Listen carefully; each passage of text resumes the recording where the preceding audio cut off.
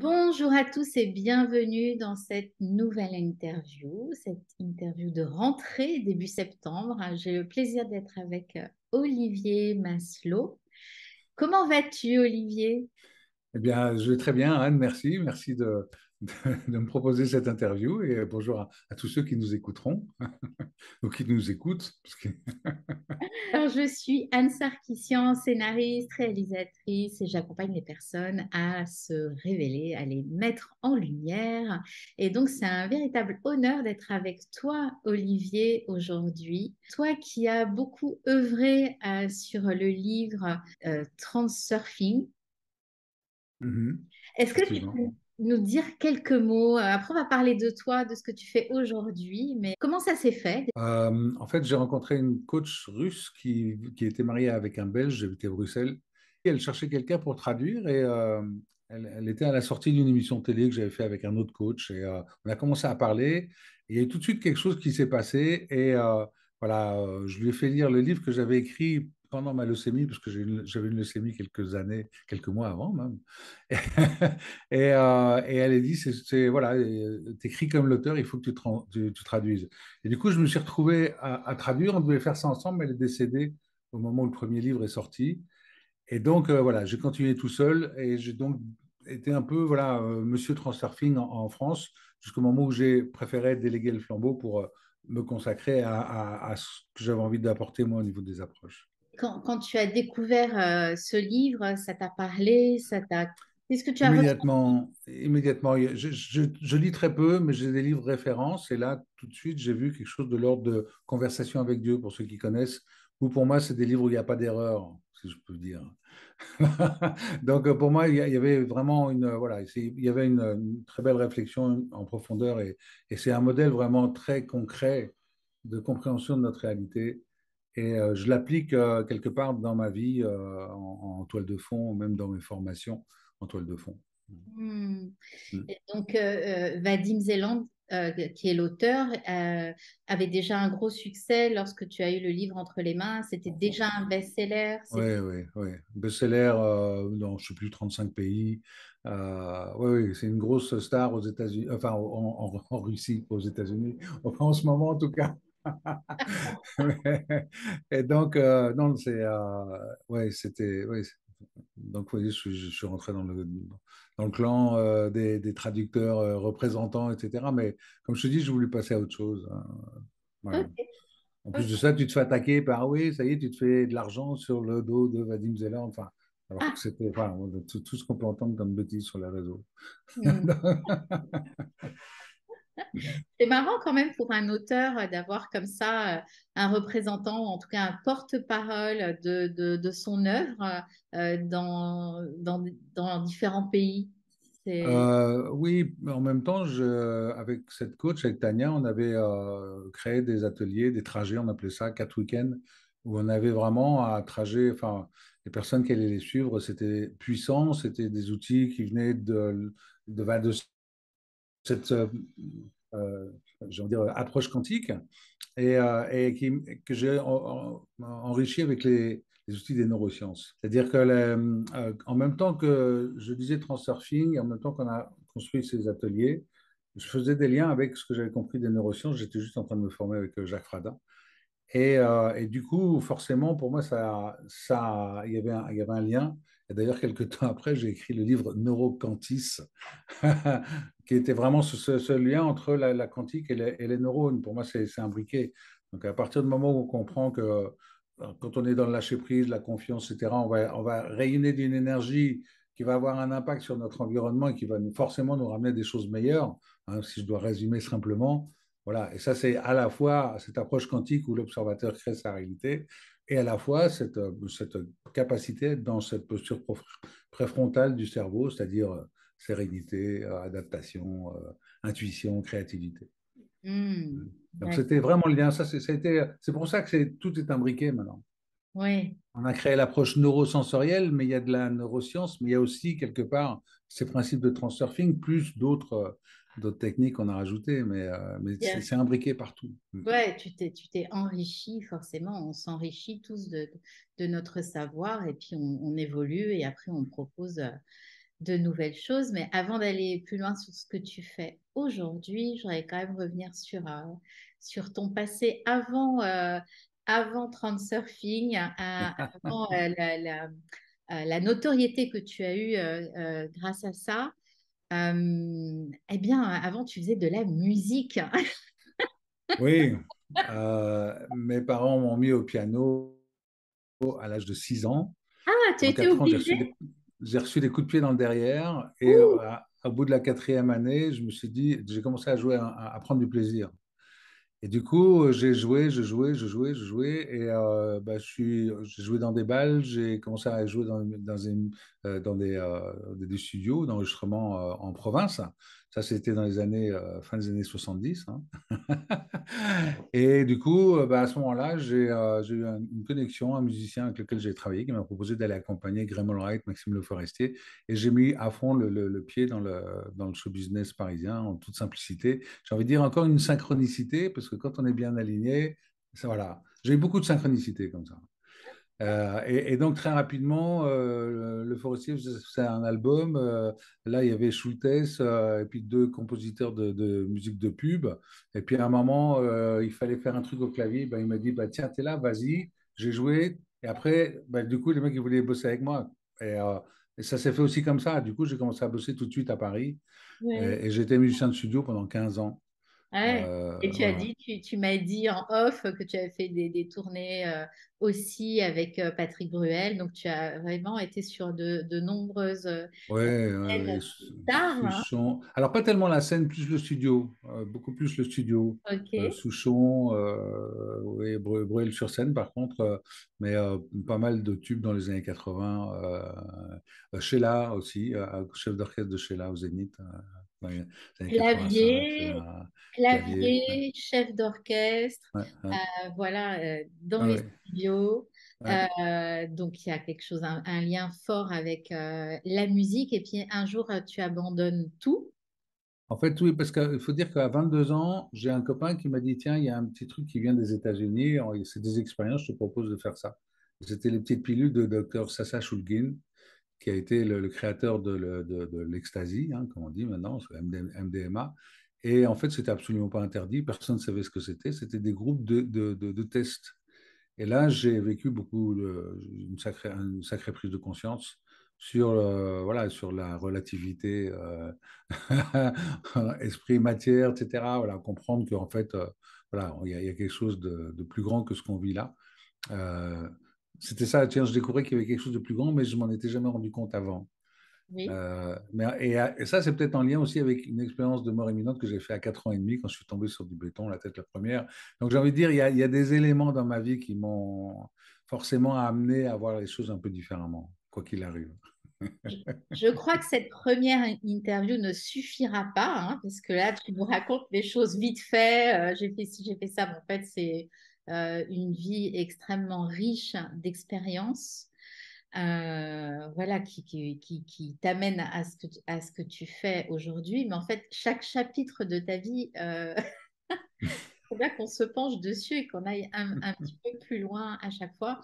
En tout cas, donc tu prends conscience qu'il y a un monde plus grand, et là tu décides de stopper la musique. Quel est Non, non, non, non, pas tout de suite. C'est que, en fait, à 22 ans, j'avais réussi dans la musique. Ah J'étais un ouais, musicien, je travaillais bien, etc. Et il y avait cette question existentielle. OK, c'est bien, j'ai réussi, mais la question, c'est est-ce que je serais pas mieux à aider les petits Africains? C'était ça la phrase. ok. Et en même temps, voilà. Et là, j'ai pris ce truc-là, et puis je me suis rendu compte que, bah, que je sois là ou que je sois ailleurs, de toute façon, la vie, c'est une expérience, etc. Donc, ça m'a fait prendre tout ce recul euh, qui m'a permis, du coup, d'aborder les éléments comme ils abordaient, hein. Ça ne veut pas dire que tout s'est toujours bien passé. Il y a eu aussi des bas. J'ai connu plusieurs bas, mais justement, c'est ce regard vers le fait que c'est juste un apprentissage. Et du coup, voilà, on traverse et puis a priori, ça se passe bien. Et- J'aime bien dire que j'ai ma bonne étoile avec moi. En tout cas, tu as cette prise de conscience à 22 ans. Quelques années plus tard, tu as une leucémie. Donc, est-ce que tu as pris cette leucémie avec beaucoup de sagesse en te disant, c'est une Ouais, expérience, ouais, ça va ouais, ouais, passer? ouais, Oui? ouais, ouais. Oui, oui, oui. Quand on m'a dit, monsieur, vous avez une leucémie, ah bon? Ok. Tout de suite, c'était, tiens, qu'est-ce que je fais s'il me reste plus que 6 mois à vivre? C'était une question très intéressante.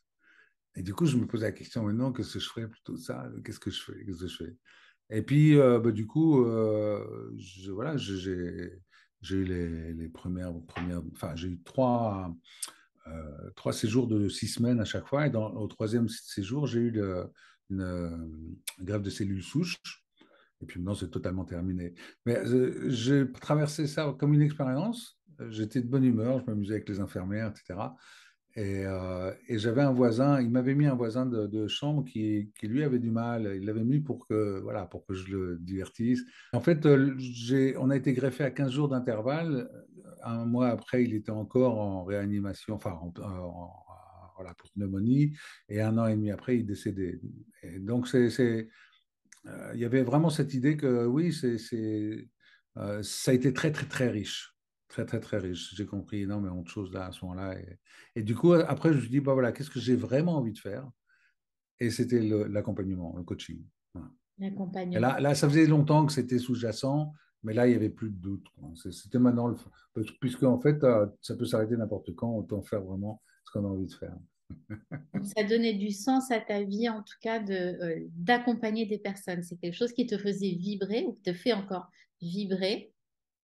Oui, en fait, alors, plus qu'accompagner, c'est euh, partager mon expérience aussi.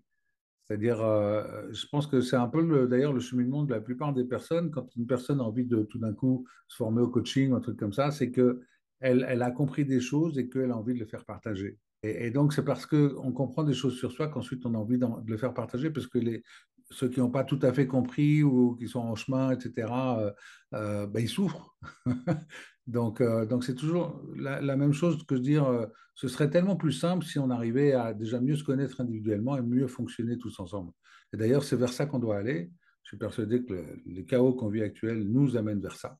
Oui. Donc c'est un peu ça le truc. C'est plus qu'accompagner, c'est faire de la pédagogie, ouais, voilà, amener des outils, amener des choses simples, le plus simples possible, qui sont efficaces, qui fonctionnent bien. Hmm. Ça, c'est mon credo, ça. Le Ok. KISS, keep it simple, simple and stupid. Ça, Donc, tu es auteur aussi.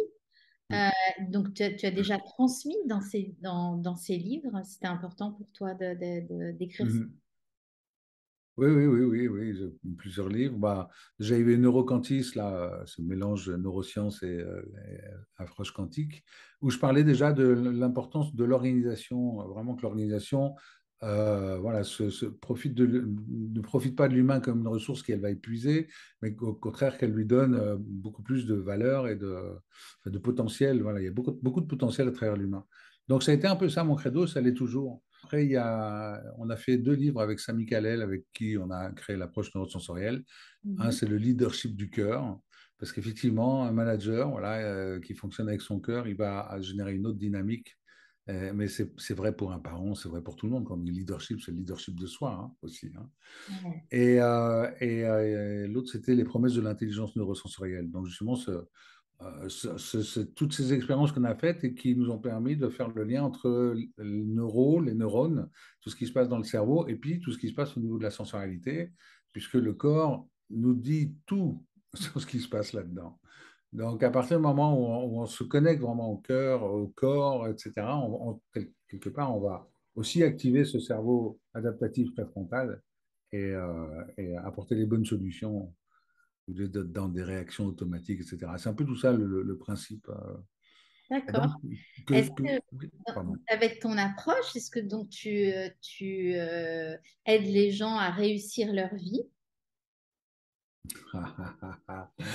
Alors, en coaching, on dit qu'on n'est jamais responsable du résultat, on est responsable des moyens qu'on apporte.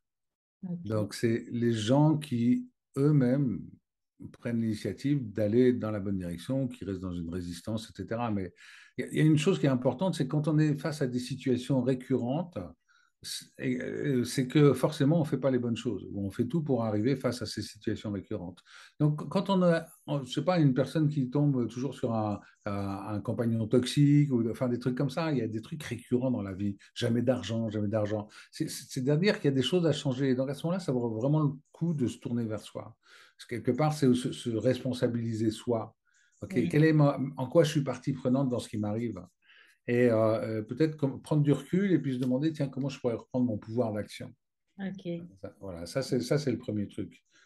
Après, Mm. le deuxième, c'est bah, du coup, tiens, aller chercher, explorer, comprendre. Voilà, tiens, qu'est-ce qui se fait que ça s'est passé comme ça, se poser des questions, voilà, vraiment aller explorer pour avoir de l'information. Et après, la troisième, c'est qu'est-ce que j'en fais? Et là, être conscient qu'il y a deux dynamiques. Soit je suis dans la défensive et je me resserre, etc. Et dans la loi d'attraction en physique quantique, forcément, ça va créer des situations négatives. Soit je suis dans l'ouverture et la construction et je veux apporter quelque chose, même si je suis dans la merde, je suis là pour apporter une solution et pas pour me défendre. Et ben à ce moment-là, je vais créer cette solution. Cette solution va arriver. Et la bonne solution. Donc c'est important, cette troisième phase, c'est la plus importante, c'est le libre arbitre quelque part. Qu'est-ce que je décide de faire avec la situation? Est-ce que je me crispe? Ou est-ce que je m'ouvre? Et Mm. puis la quatrième étape, c'est lâcher prise, la confiance. Ok. Confiance dans le flux de la vie, confiance dans que tout se passe bien, que tout est expérience, et voilà. Et que la vie amène les éléments qu'il faut aussi. Mm. Donc, Et ça, ces quatre étapes, c'est résumé dans un processus qu'on a appelé voir. ok. Justement, va vers toi, observe, quelle est ton intention, et puis relâche. Et ça, c'est important parce que c'est aussi de notre point de vue, hein, la meilleure manière de pouvoir traverser les situations avec plus de fluidité. Et si tout le monde comprend ça et applique ça, et si tout le monde apprend à faire fonctionner un peu plus son cerveau préfrontal, à ce moment-là, on va véritablement recréer une dimension dans le collectif. Et Mm. on est obligé de passer par là, on n'a pas le choix. Ok. Et Mm. donc ça c'est le côté humain. Et du coup, comment on va organiser aussi l'organisation, l'entreprise, le village, peu importe, le groupe, de Mm. manière à ce que aussi chacun puisse être partie prenante. Et là, Mm. on va développer l'intelligence collective. Aujourd'hui, tu crées une équipe de formateurs et pour ce faire, tu t'es associé avec un coach. Samy Kalel, ouais, Samy Kalel. On s'est rencontrés il y a une dizaine d'années. Et en fait, bah, j'avais ce livre Neuroquantis avec toutes ces idées dans les outils de transfert fini, les outils de neurosciences. Et il est venu faire un stage avec moi, un stage en résidentiel, quelques jours. Et puis, il n'arrêtait pas d'avoir des idées. Je dis, tiens, dis donc, tu ne voudrais pas qu'on bosse ensemble? Ok. Et ça a commencé comme ça. Et du coup, les outils que j'avais conçus, ils pouvaient les tester dans des formations de managers, par exemple. Ok. Il les a même testés dans des formations où il y avait des syndicalistes. Donc, on lui avait dit, attention, ça va être dur avec ces gars-là. Et en fait, à la fin, les gars, ils lui disaient, écoute, ton truc, ça devrait être obligatoire. Donc au contraire, c'était vraiment et donc, on a vraiment voilà, pu confronter à différents publics tous ces outils de manière à créer cette approche. Et là, ensuite, on a décidé effectivement de créer l'Institut de la neurosensorialité, donc Neurosensorial Institute, pour à la fois chercher, continuer les recherches et puis former. Donc, les personnes que vous formez, ce sont des coachs ou des managers. Et des coachs, des managers, des consultants, des formateurs. On a créé non, un profil, comme on dit, un profil qui évalue l'adaptabilité.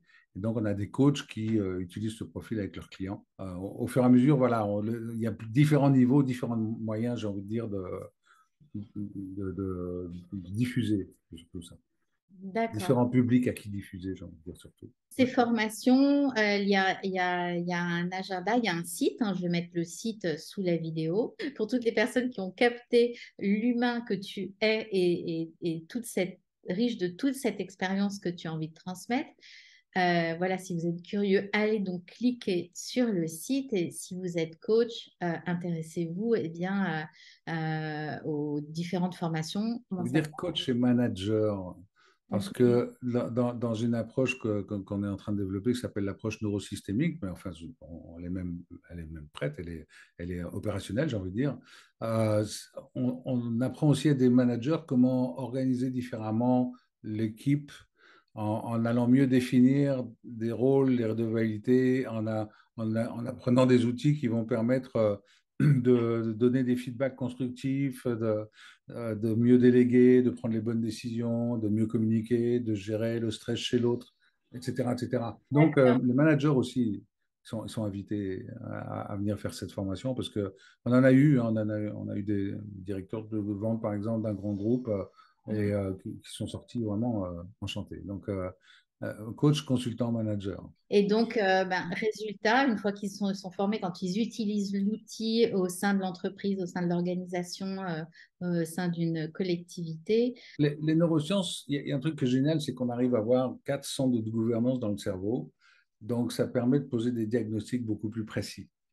S'il y a de la mauvaise foi, c'est le deuxième étage. S'il y a du stress, c'est le premier étage. S'il y a des croyances, des importances, des intransigeances, c'est le troisième. Mais ça peut être aussi le deuxième. Enfin, et du coup, on sait qu'est-ce qu'on va aller utiliser comme outil pour amener dans le quatrième étage, qui lui est ce cerveau adaptatif, qui lui reconstitue la réalité en temps réel. Donc, il est dans le moment présent en permanence. Donc, le but, en fait, c'est de libérer tous ces étages pour arriver à celui-là. Donc, on a vraiment une idée très précise de là où ça se passe et de comment on peut faire arriver la personne dans ce savoir adaptatif. C'est vraiment ça le travail. D'accord. OK. Donc, pour l'entreprise, ça a vraiment Pour tous. des bénéfices directs. L'idée, c'est l'humain à sa place dans une organisation consciente et adaptative. OK. Donc, l'approche neurosensorielle, c'est vraiment pour l'individu. Donc, ça s'est fait avec Samy au fur et à mesure. Et l'approche neurosystémique, vraiment pour le management et l'entreprise, effectivement, c'est parce que j'ai constaté, à force de coacher des managers, que c'était toujours les mêmes causes qui causaient des dysfonctionnements et que une grosse partie de ces dysfonctionnements, pour ne pas dire la grande majorité, venait du type de structure pyramidale hiérarchique. Voilà. OK. Et donc, pour moi, cette structure est toxique. Je ne peux pas dire mieux, parce qu'elle voilà, elle coupe le haut du bas, on n'a pas toute l'information, on est dépendant de ce qui se passe au-dessus, etc. On est coupé les uns des autres, on ne sait pas qui fait quoi, enfin, il y a tout un tas de raisons. Donc, c'était nécessaire pour moi d'imaginer voilà, déjà qu'on puisse trouver une autre forme d'organisation. Et là, je me suis inspiré de deux approches qui s'appellent l'holacratie pour ce qui est de l'organisation circulaire et la biosystémique, c'est toujours Jacques Fradin pour les neurosciences, qui lui considère que l'entreprise est une biomasse, donc il faut mettre des règles pour canaliser ça. Et donc, ça ensemble, c'est ce qu'on va apporter à l'organisation. Et après, au manager, il y a tous les outils, bah, justement, comme je disais, de communication, prise de décision, etc., etc. Donc, c'est vraiment les compétences qui manquent au manager, c'est une chose, mais les causes liées à l'organisation au flou qui règne, même quand on délègue pas comme il faut, il y a trop de flou. L'autre, enfin, il va oublier, il n'est pas aussi proactif que le manager, etc. Enfin, il y a tout un tas d'éléments. Donc, arrêtez tout ce flou et mettre vraiment ces règles, ces méthodes qui vont permettre d'avoir vraiment une fluidité de tous les processus intérieurs. Hmm, d'accord.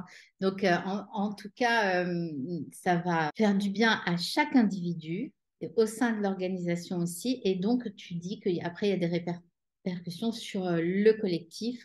Ça va beaucoup plus loin. Oui, On est oui, tous reliés, c'est ça? oui. Mais même alors, pour arriver à ça concrètement, il y a quand même, c'est pour ça que cette organisation est puissante. C'est parce qu'une personne a plusieurs rôles. Par exemple, dans ma société, j'ai mon rôle de formateur, j'ai mon rôle de communicant, j'ai mon rôle de comptable. OK? Etc. Et donc, si jamais il y a quelque chose que je faisais pas bien, hein, dans une organisation avec d'autres personnes, etc., si je fais une erreur dans mon rôle comptable, on va pas dire c'est Olivier qui a fait l'erreur, on va dire c'est rôle comptable, il manque quelque chose, il y a quelque chose à mieux définir ce rôle comptable. Et là, peut-être qu'on va peut-être s'apercevoir qu'en fait, il m'a manqué une information d'un autre rôle. Donc, on va juste mettre une redevabilité à l'autre rôle, telle période, telle date, systématiquement envoyer information à rôle comptable. Donc, ça veut dire qu'il n'y a plus de conflit, il n'y a plus de raison d'autoconflit parce que ce n'est pas la personne qui est attaquée. Oui. Et en plus de ça, dans le processus de décision, comment on va faire éventuellement évoluer les rôles, les raisons d'être, etc., ça se fait dans des réunions de gouvernance qui sont vraiment un type comment dire, de décision intégrative. C'est-à-dire qu'on va vraiment à partir d'éléments très factuels et très objectifs, poser plusieurs listes, plusieurs questions, passer à travers un tamis, et à la fin, on prend la modification ou on la rejette. Mais en tout cas, c'est objectif. Il n'y a rien de subjectif, donc il n'y a pas d'ego à ce niveau-là non plus, il n'y a pas d'émotionnel. Donc, on a une entreprise qui roule, où il n'y a plus ces conflits, il n'y a plus de raison. Il n'y a pas papa avec l'enfant au-dessus parce que le N+1 qui va taper sur son collaborateur, ou l'inverse, hein, le collaborateur qui dit attends. Donc voilà, donc ça c'est fondamental. Ok, c'est du coup le bien-être au travail, ça peut aussi permettre, parce qu'il y a énormément de personnes qui quittent le salariat, qui quittent les entreprises pour être indépendants, ça peut aussi réguler ça. Oui, oui, oui, oui, oui. Mm. D'autant plus que chaque personne dans son rôle a toute autorité pour assumer les redevalités de son rôle. C'est-à-dire qu'elle peut s'y prendre comme elle veut, elle a le pouvoir de décision pour assumer ses responsabilités. Donc on va faire en sorte qu'elle n'ait pas besoin de demander toujours au-dessus, etc. Donc ça veut dire que la personne, elle peut être créative, elle peut s'organiser comme elle veut, etc. Tout ce qu'on lui demande, c'est que les redevalités soient exécutées, j'ai envie de dire. Donc, euh, donc, ça veut dire que ça permet de prendre des initiatives. Et puis en plus de ça, comme c'est les gens qui sont sur le terrain, qui ont vraiment l'information de ce qui se passe, bah, du coup, ils vont pouvoir tout de suite faire ce qu'il faut. Donc c'est beaucoup plus évolutif et beaucoup plus adaptatif. Et moi, je pense ça, on parle vraiment de l'organisation dans son ensemble. Et ça, je pense que c'est important. C'est pas quelque chose que je réserve à l'entreprise du tout. Ok. Parce que mon souhait, c'est que ceux qui créent des villages autonomes, par exemple, ou des gens comme ça, qui décident de créer quelque chose avec cette vision de vers où il faut qu'on aille là, Mm. puissent vraiment se former à cette approche, parce que c'est ce qui va permettre de la pérennité des projets. Parce que dans tous les projets qu'il y a, ça, je pense que tous les villages, etc., ça commence et ça se casse la gueule. Pourquoi? Parce qu'on n'est pas capable de s'entendre et on n'est pas d'accord et voilà, on n'était pas parti sur le bon truc, etc., etc. Donc, c'est valable pour toutes les organisations, toutes les associations, tous les clubs sportifs, etc., etc. À partir du moment où les choses sont bien définies, on sait qu'on va pouvoir travailler ensemble, il n'y aura pas de conflit, et du coup, on va être vraiment beaucoup plus performant, évolutif. Donc, c'est vraiment l'humain qui fait la force de l'organisation et ce collectif qui prend place décuple Mm. la puissance. Donc, Mm. c'est ça, hein. De toute façon, on n'a pas le choix. Donc, l'humain sans son ego est quelque chose d'évolutif et de retirer les conflits, les résistances, Alors, je dirais, sans son ego, je veux dire, en ayant nettoyé la partie résistance de l'ego. Voilà. Voilà, hein, parce que l'ego est essentiel. Donc, en ayant baissé ces importances qui vont le créer de toute la stressabilité, parce que j'ai tellement besoin que ça soit fait, c'est pas fait, donc c'est pas normal. Ou, voilà, tous ces éléments-là, à partir du moment où il a appris à baisser sa stressabilité, etc., etc., voilà, l'humain, il est beaucoup plus euh, à sa place et heureux de vivre ce qu'il vit, quoi. Ok. Mm. Comment tu vois la vie dans 10 ans? Comment tu vois la société dans 10 ans avec cette méthode? Ça, c'est une sacrée question. Disons qu'alors, dans l'absolu, de toute façon, je pense que les gouvernements n'ont jamais rien fait pour que les personnes aient accès à la connaissance de soi. Et donc, l'idée, c'est quand même que cette connaissance de soi soit vraiment distribuée, diffusée un maximum. Et c'est ça, c'est ma vocation aussi. C'est pour ça que je garde des tarifs de formation bas, parce que le but, c'est de diffuser. Euh, et donc, à partir de ce moment-là, voilà, la prise de conscience, elle va se faire soit parce que des gens y vont vraiment, soit parce qu'ils se sont pris quelque chose, une porte dans la figure, soit parce qu'il y a eu un élément qui a fait que. euh, donc, moi, la société dans 10 ans, il faut qu'elle soit passée par là, par ce travail de prise de conscience de qui on est vraiment et de comment on est fort tous ensemble, quoi. Euh, et là, je ne sais pas quels moyens il faudra. J'espère que ça se passera en douceur. Et j'aime bien dire, je ne sais pas. Soyons curieux. On verra bien ce qui arrive. C'est vrai. En tout cas, Ouais. tu vas l'expérimenter avec l'approche neurosensorielle, Mm, euh, ouais, mm, pour essayer d'adoucir, d'améliorer en tout cas ce changement vers lequel on va. mm, mm. Il y a beaucoup, beaucoup de peurs, hein. Il y a beaucoup de peurs qui font que Donc rassurer, apprendre aux gens que non, etc. Donc, un monde sans souffrance, c'est possible, hein. Un monde évolutif sans souffrance, avec moins de peur et avec en co-construction. En tout cas, toi, tu y crois. Oui, oui. Alors, il y aura toujours de la souffrance, mais là, si elle est traitée avec vraiment l'intention de co-construire ensemble mieux, voilà. Donc, enfin, il y en aura de moins en moins au fur et à mesure, quoi. C'est ça. Après, la souffrance fait partie aussi de l'expérience de la vie, hein. Ouais. Ça apprend sur soi. À condition d'en tirer les bonnes conclusions, bah voilà, du coup, on fait un pas en avant. Oui, ça apprend sur soi quand on prend du recul et qu'on Oui, observe oui, ce qui se passe. oui. Et, Oui. si on Mais je est... veux dire, c'est pas parce qu'on a pris du recul et qu'on est capable de mieux, voilà, etc., d'être plus dans le préfrontal que la souffrance ne peut pas revenir, hein.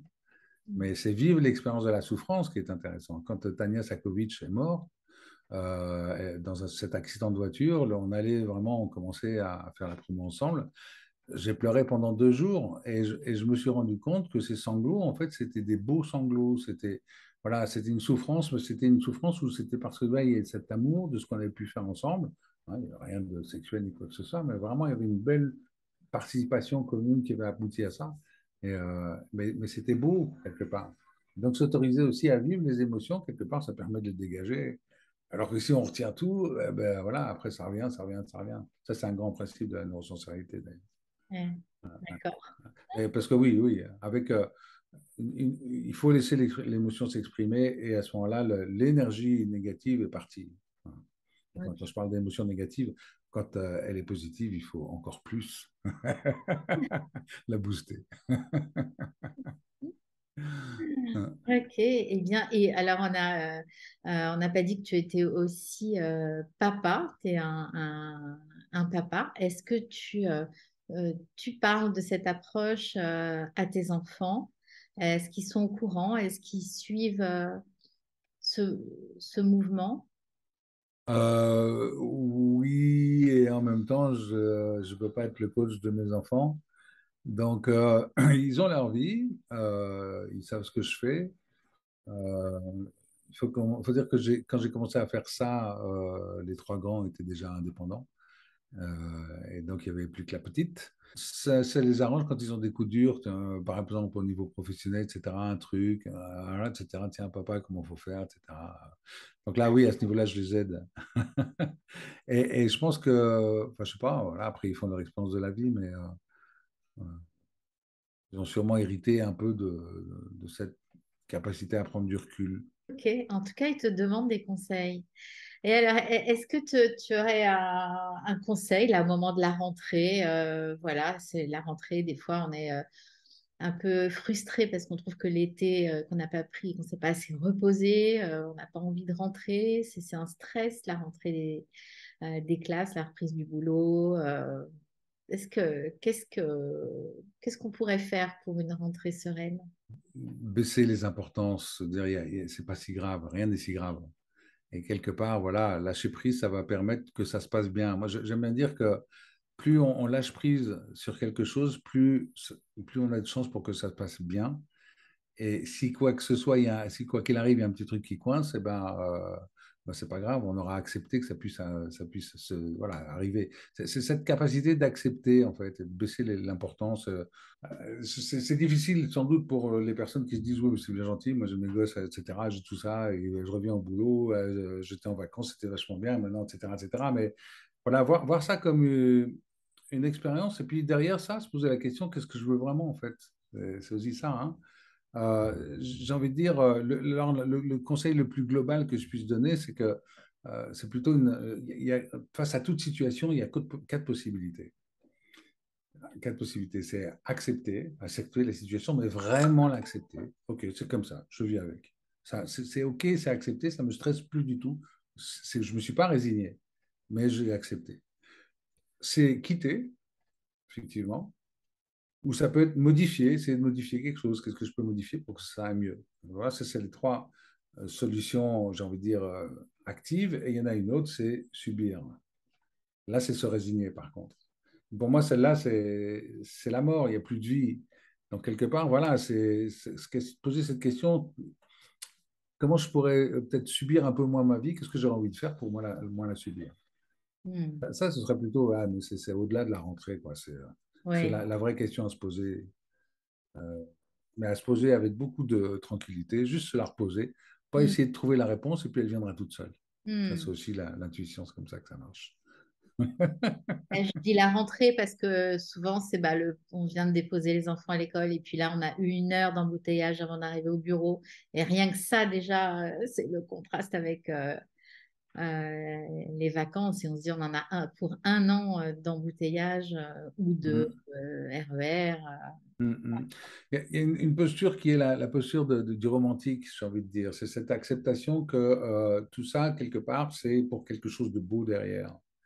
Effectivement, je dois me lever tôt parce que mon enfant est à l'école, etc. Je dois aller bosser. Oui, mais tout ça, c'est voilà, pour permettre ça, c'est parce qu'il y a cet amour de mon enfant, j'ai envie que ça se passe bien, et parce que, etc. Donc, plus on va réussir à voir qu'il y a quelque chose de beau, plus on va être dans cette acceptation de la difficulté. Ok. Et c'est pour ça que des métiers comme infirmière, pompier, etc., c'est des métiers où on voit vraiment le beau derrière la difficulté. Le problème, c'est qu'on leur met plein de contraintes administratives, même qu'on les vire s'ils ne sont pas vaccinés. Et du coup, ben, il y en a de moins en moins qui ont envie de le faire. On a coupé ce côté romantique. Il faut conserver ce côté romantique, même le faire vivre, le régénérer. Voilà. Il y a toujours du beau derrière ce qu'on est en train de vivre. Et quand on voit le beau, hein, la loi d'attraction, c'est du coup on attire le beau. Ok.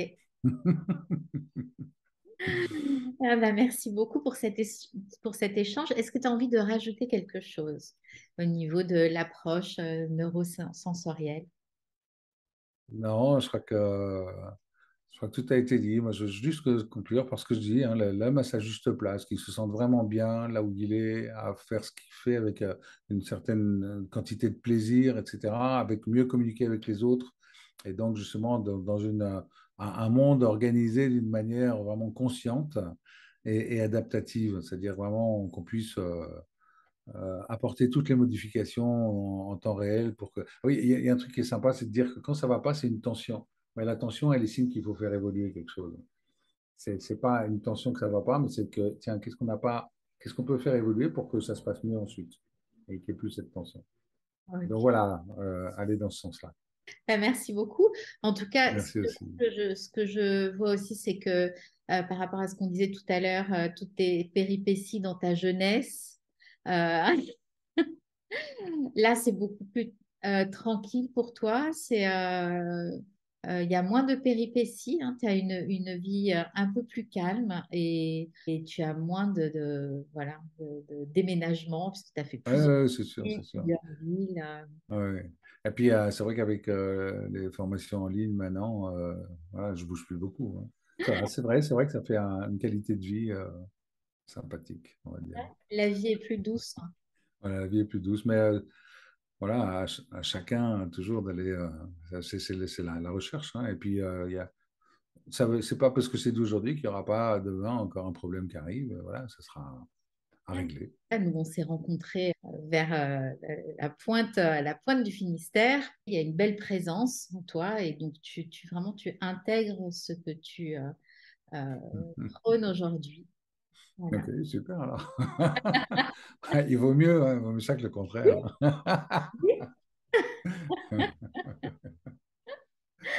Bon, et ben, merci à tous de nous avoir écoutés. C'était vraiment une interview très brève par rapport à tout ce que tu as fait dans ta vie et ce que tu proposes. Voilà, il y aura le lien vers bah, les livres et puis le site. Voilà, pour vous présenter Olivier pour ceux qui ne le connaissent pas. Et puis, bah, je vous dis à tout bientôt. Merci beaucoup, Olivier. On se Merci revoit Annie. bientôt. Merci pour ce bon moment. Et bonne rentrée à tous. Bonne rentrée.